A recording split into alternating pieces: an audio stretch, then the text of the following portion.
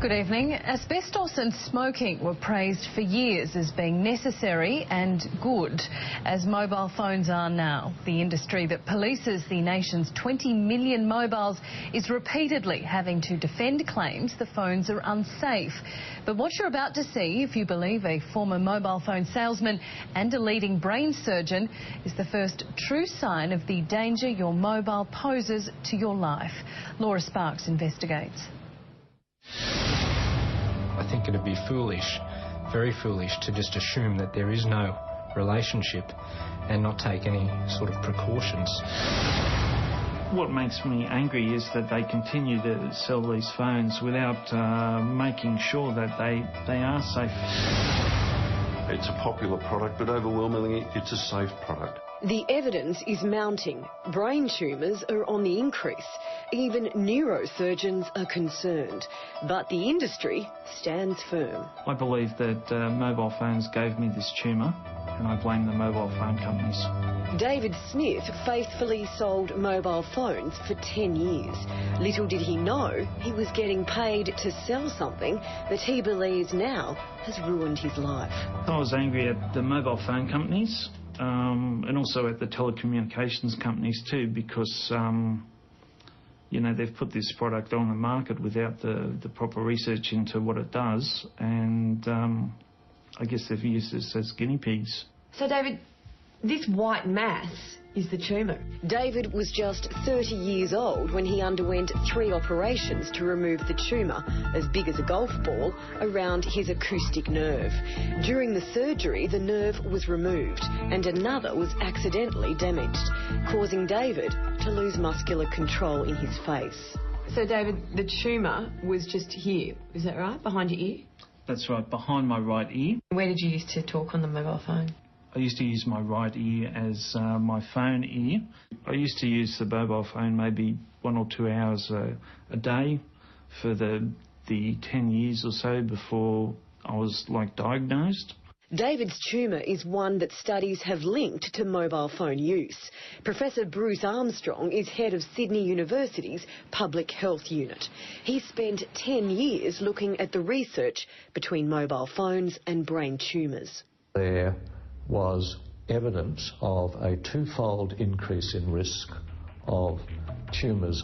While David is trying to piece his life back together, he worries for the millions who constantly use their mobile. You see 10-year-olds running around the street using mobile phones, and I just wonder how the mobile phones are going to affect their the development of their brains. The young people of today, they're going to be a lot worse off than me.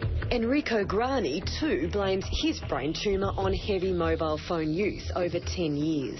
I had the analogue phone and it was like a toy, you know what I mean? You get a new toy, you talk all the time. He was diagnosed with a tumour in the parietal lobe, situated just above his right ear. Which is right here, right within the near-field radiation plume of the antenna of the phones that I was using. After the operation, he was in a coma for 3 days and suffered a stroke. I blame the cell phone industry, right, blinded by greed, right, because they've known about this for many, many years, but they still deny it. None of this surprises those in the business of brain surgery. A prominent Canberra neurologist has written a research report into the link between mobile phones and brain tumours. He believes mobiles will be the next great public health issue and compares their effects with those of smoking and asbestos. He's calling on government and industry to take immediate steps to reduce the exposure of mobile phones to consumers. There is certainly an element of concern, not only from myself, but from a lot of my colleagues. As a neurosurgeon, Richard Bitar has seen a rise in brain tumours in the last 15 years, but says it's hard to point the finger solely at mobile phone use. Yet Richard tries to use his mobile phone only on loudspeaker or uses a nearby landline when possible. A lot of my neurosurgical colleagues who go even further and really try to minimise the amount of mobile phone use they engage in. And I think that reflects an underlying concern that there may well be a relationship. His warning to consumers? Minimise the amount of time you spend with your mobile phone up against your ear. But Australian Mobile Telecommunications Association's Chris Althouse isn't concerned. Are you worried about getting a tumour? No. Do you use your phone every day? I use my phone every day, and I use it quite a lot every day. So I'm very comfortable, personally, with the way that the research effort conveys to markets like Australia and globally the level of safety that you can enjoy while using a mobile phone. I think we need to keep an open mind about this. I think that burying our head in the sand is not a good way to go on this issue. It ruined the life that I had previously. I had all these plans and ideas and so much hope for the future, and now that's all changed. I've had to reevaluate everything, and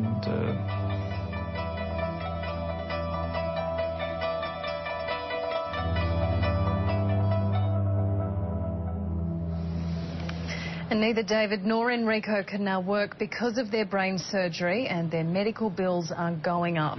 Laura Sparks, our reporter.